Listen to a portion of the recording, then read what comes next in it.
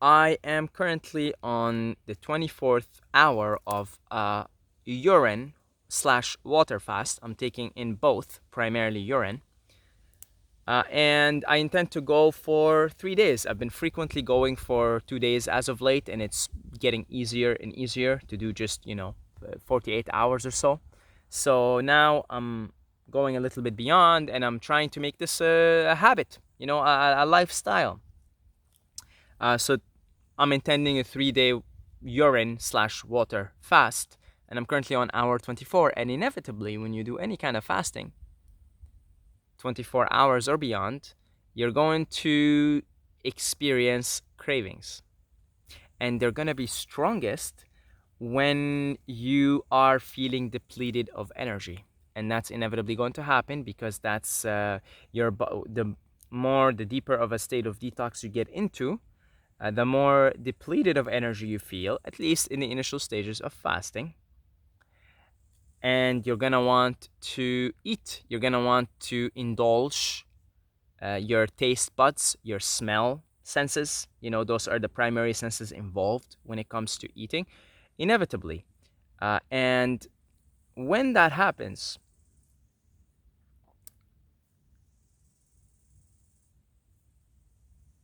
you've gotta sit through this. You've gotta meditate your way through this. You've gotta rest your way through this. Because what you're experiencing is the body is asking you to sit down, close your eyes, rest for some time. Depending on how heavy the detox is, your body might be requiring you to rest all day. Your body might be requiring you to rest for a couple of hours, half an hour, 15 minutes. And something very fascinating happens when you do that, is you rest your way through this, you breathe your way through this. I highly recommend whenever you have a craving. In my experience, a craving equals the body wants to rest. And because you're starting to feel depleted on energy, you do what you're professionally brought up to do, which is to eat. Now, what happens when you eat something, when you intake food, is right now the body is totally, in a fasted state, the body is totally focused on detoxification, on clearing up toxins. And after doing a 3 day water fast, your entire immune system is rejuvenated. The body's full attention is there. Now let's say you eat something. Let's say I eat something right now. Let's say I got two bananas. I have two bananas here and two apples. Let's say I eat them. Now the body's energy gets more distributed for the time being. Says, okay, I'm no longer focused on detoxification. I'm going to digest this food that has just been ingested in my body, and I'm going to disperse the energy again throughout the body. And that's the phantom energy you feel, the stimulant. Food is a stimulant. It's not really giving you energy, because energy is about electromagnetic balance, and you can get that through your urine. You can get that through the minerals. You can get that through drinking coconut water. It's got electrolytes. It's got minerals. Juicing, or that's what happens when you eat fruits, for example, right? The body has to break down all of this and then extract the minerals and the vitamins from it. So really, this is what it's all about. So food is a stimulant.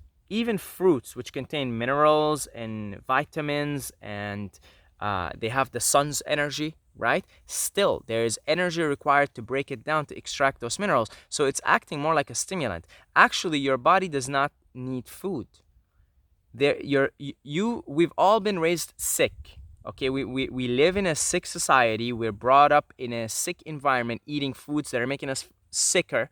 So what we have is a deficiency as a result of wrong lifestyle. Once it's fixed, once you remove the obstruction, there is nothing but energy. This is the conclusion Arnold Ehret came up with in his book. Power equals energy minus obstructions. So once you remove the obstructions, there's just energy. And at that point, you really just need a little bit of hydration to keep going. That's it. And if you get your body to a certain level of cleanliness, you really don't need anything. You're a lot like a tree. You just power up through the sun, and through your connection, you're rooting with the earth. Really. The mother is feeding you from the bottom. The father, the son, is feeding you from the top. So not to get too further on too many tangents here, let me digress. When you have a craving, the body is asking you to rest. Now you associate, because it feels unpleasant, right? Like, oh, I'm depleted of energy. So your first instinct would be, I gotta eat something, right? So you eat something, and that gives you, stimulates you for a little while, right? Depending on what you ate. Okay, you can eat something and it gives you a little bit of stimulation, but right back down the energy goes, because the laws of nature always hold. What goes up must come down, right? Whereas if you're cultivating energy, you can slowly and steadily bring it up and up and up until you're just like constant, like consciousness itself, unmoving, infinite, unmoving energy. You see, so you're no longer bound by the cycles of up and down. Whereas when you eat something, you go up and then you crash, you go down. So whenever you have cravings, all you really ought to do in that moment is to just breathe your way through it, slow down your breath, rest. Really, any form of rest, whatever rest is for you.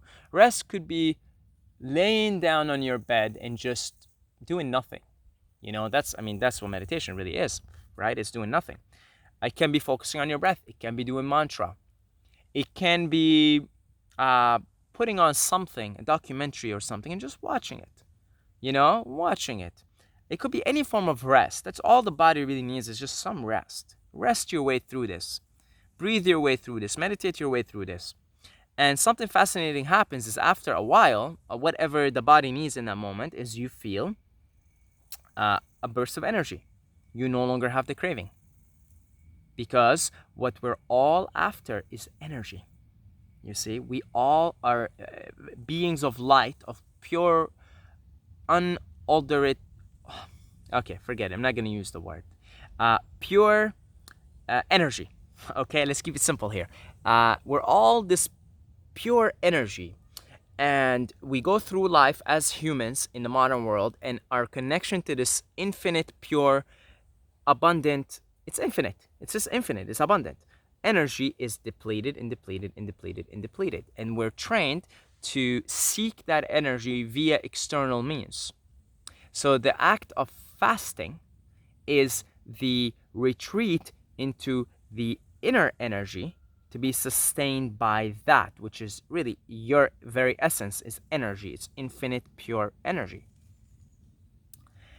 It's kind of like, when a bodybuilder injects testosterone in their bloodstream, their body begins to secrete less and less of the innate natural levels of that testosterone hormone, because it's being put in externally. So bodybuilders, when they stop injecting testosterone, they have to go through these very delicate processes to allow the body to restore its normal testosterone production that it naturally does.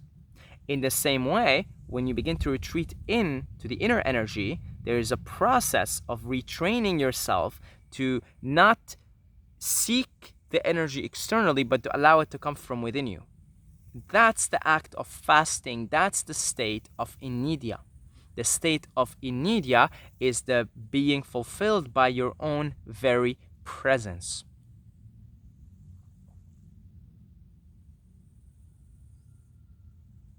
And those cravings are simply your programs, your installed programs to seek energy from the external, from the external world. But that's futile. That's futile, because what goes up, what stimulates you, is gonna also must go down. You will crash from that, and then you're caught in a cycle of dependency. And consciousness is not dependent on anything. Consciousness is sovereign. Consciousness is supreme. Consciousness is you.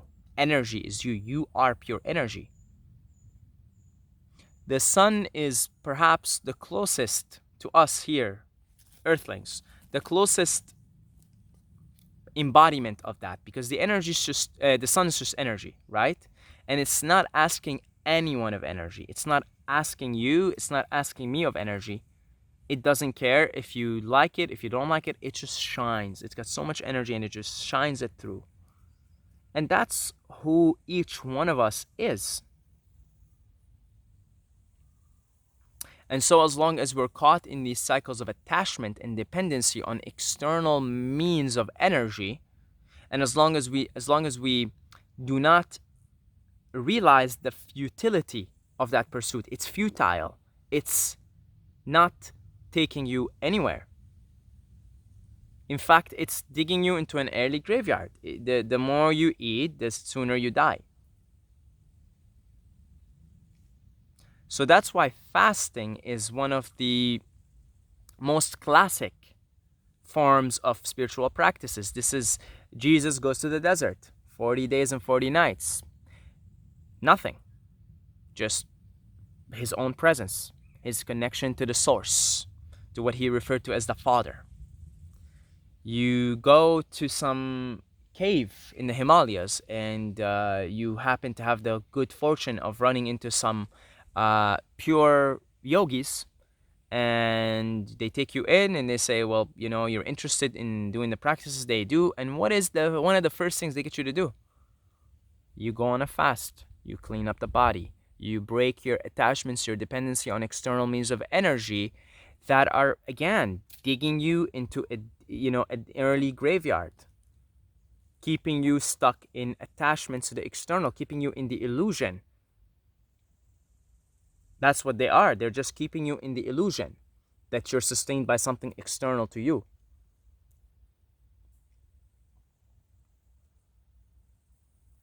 Rant over, and I'd like to thank all the lovely Patreons, all the lovely people that support this channel, and all the lovely people that send donations, one-time donations via PayPal. If you are interested in any form of financial support to this channel, the links for Patreon are in the description. For PayPal, where you can just make one-time donations. And I love every single one of you guys, and I wish you the best of luck in all your endeavors, may it be fasting or anything else, and I will see you in the next video.